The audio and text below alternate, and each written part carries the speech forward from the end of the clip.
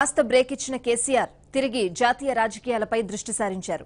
నేటి నుంచి నెల రోజుల పాటు వివిధ రాష్ట్రాల్లో పర్యటించి పలువురు నేతలను కలవాలని నిర్ణయించారు. ఏపీలోని శారదాపీఠం సందర్శనతో తెలంగాణ ముఖ్యమంత్రి రాష్ట్రాల పర్యటన ప్రారంభించబోతున్నారు.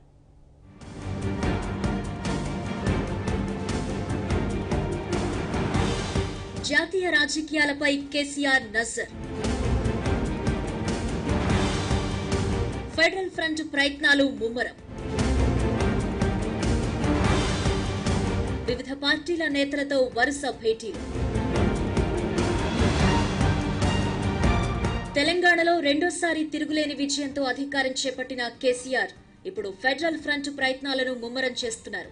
వివిధ రాష్ట్రాల్లో పర్యటించి కాంగ్రెస్, బీజేపీయేతర పార్టీలను కూడగట్టే పని ప్రారంభిస్తున్నారు.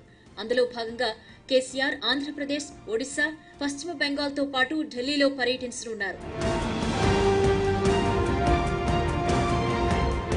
దేశవ్యాప్త పర్యటనల కోసం టీఆర్ఎస్ తరపున కేసీఆర్ నెల రోజుల పాటు ప్రత్యేక విమానాన్ని అద్దెకు తీసుకున్నారు. కేసీఆర్ కుటుంబ సభ్యులతో కలిసి ప్రత్యేక విమానంలో ఉదయం 10 గంటలకు బేగంపేట విమానాశ్రయం నుంచి విశాఖకు బయలుదేరుతారు. అక్కడ శారదా పీఠాన్ని సందర్శిస్తారు. పీఠంలోని రాజశ్యామల దేవాలయంలో ప్రత్యేక పూజలు జరుపుతారు. స్వరూపానందేంద్ర ఆశీస్సులు తీసుకుంటారు. ఆ ఆశ్రమంలోనే మధ్యాహ్న భోజనం చేస్తారు.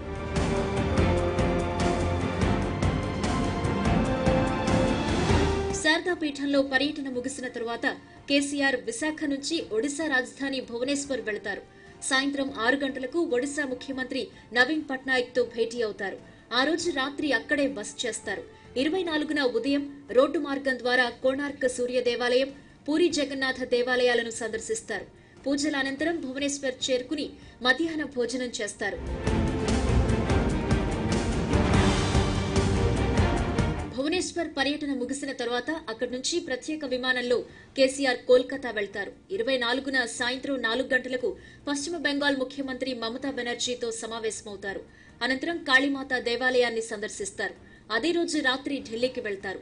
25వ తేదీ నుంచి 2-3 రోజుల పాటు కేసీఆర్ ఢిల్లీలోనే ఉండే అవకాశం ఉంది. ఢిల్లీలోనే బహుజన్ సమాజ్ పార్టీ అధ్యక్షురాలు మాయావతితో పాటు ఉత్తరప్రదేశ్ మాజీ ముఖ్యమంత్రి అఖిలేష్ యాదవ్ ను కేసీఆర్ కలుస్తారు. అలాగే పలువురు కేంద్ర మంత్రులను కలుసుకుని రాష్ట్రానికి సంబంధించిన అంశాలపై చర్చిస్తారు.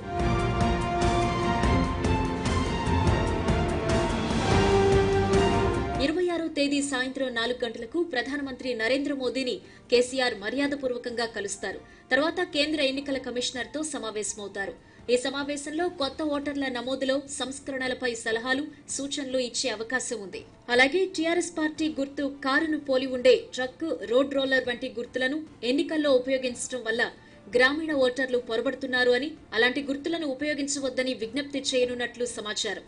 ఢిల్లీ నుంచి వచ్చాక కూడా నెల రోజుల పాటు కేసీఆర్ మరికొన్ని రాష్ట్రాల్లో పర్యటించే అవకాశం ఉంది. అందుకే నెల రోజులకు విమానాన్ని అద్దెకు తీసుకున్నారు అని పార్టీ వర్గాలు చెబుతున్నాయి.